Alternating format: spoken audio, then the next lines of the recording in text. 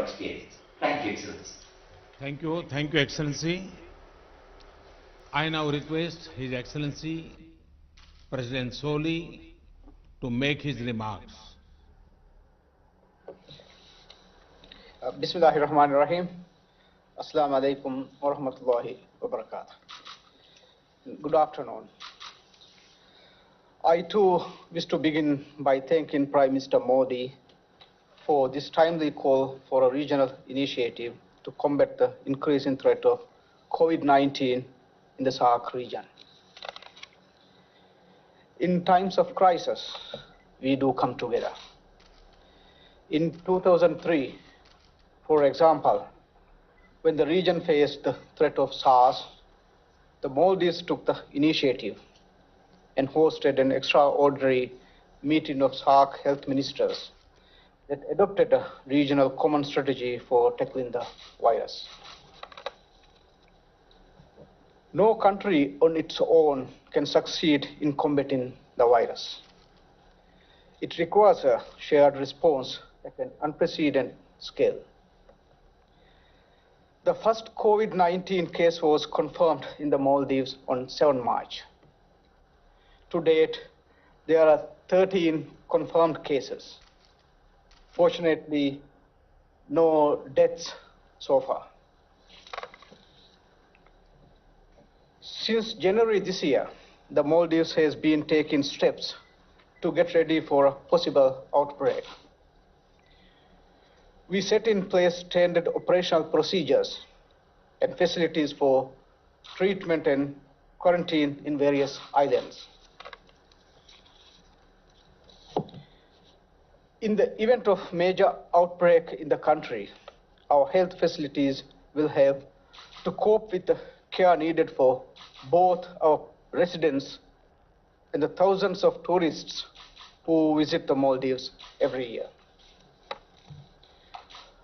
Our priority now is to use precautionary measures to contain the virus as much as possible so as not to overburden our limited resources. The unique geography of the Maldives will always present itself both as an opportunity as well as a challenge. The dispersed islands make it easier for us to isolate communities whenever there is a suspected case. But in the event that a person tests positive in the outer islands and is seriously ill, requiring specialist care, the person has to be transported to the capital, Male. This is extremely costly and puts enormous pressure on an overstretched team of healthcare workers. Our tertiary hospitals in the regions are currently under development. Shortage of healthcare professionals in general and shortage of specialist doctors in particular are always major challenges, and in a crisis such as this, these challenges are several times greater.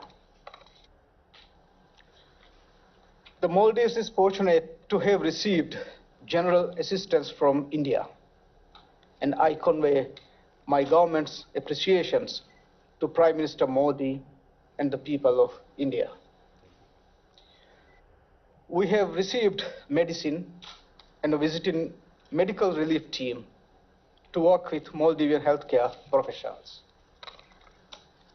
Excellencies, in the Maldives, the virus is showing in the most destructive fashion the country's vulnerabilities to external shocks.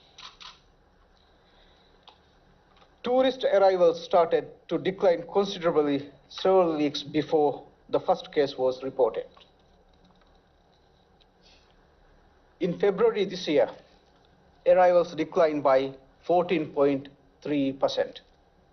And in the first 10 days of this month, arrivals have already declined by 22.8%. The decline in tourist arrivals has now become so sharp that if the current trend continues, we will have a 35% drop this year. Any significant decline in tourist arrivals has a ripple effect on the Maldives economy. Tourism contributes over a quarter of the country's GDP and is the source of well over 2/3 of foreign currency to the country. Every other job creating and revenue generating activity in the country is either directly or indirectly dependent on the tourism industry. Our industry is also deeply linked to many businesses and supply chains within SAARC region who will feel the knock-on effects from the downturn in the Maldives. China and Italy are the most severely affected countries of the virus, and they are also the number 1 and number 3 source markets for Maldives tourists. Since the beginning of February, in the case of China, and March in the case of Italy, arrivals from these two countries have been restricted.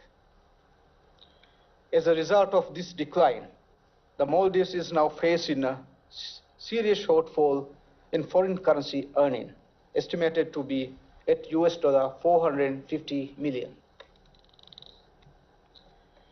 If the foreign currency shortfall continues, it will have a detrimental impact on the Maldives economy, which has an extremely high dependency on imports. The revenue and foreign currency shortfall are also seriously hampering the government's ability to respond to COVID-19 rapidly. The decline means serious shortage in total government revenue. Current estimates show that if tourist arrivals continue to decline, Maldives will be looking at a shortfall in government revenues between $135 to $135.9 million and $446.6 million this year. I am therefore in full agreement with Prime Minister Modi on the need to formulate a comprehensive regional strategy. Such a strategy should, we believe, comprise 3 key elements.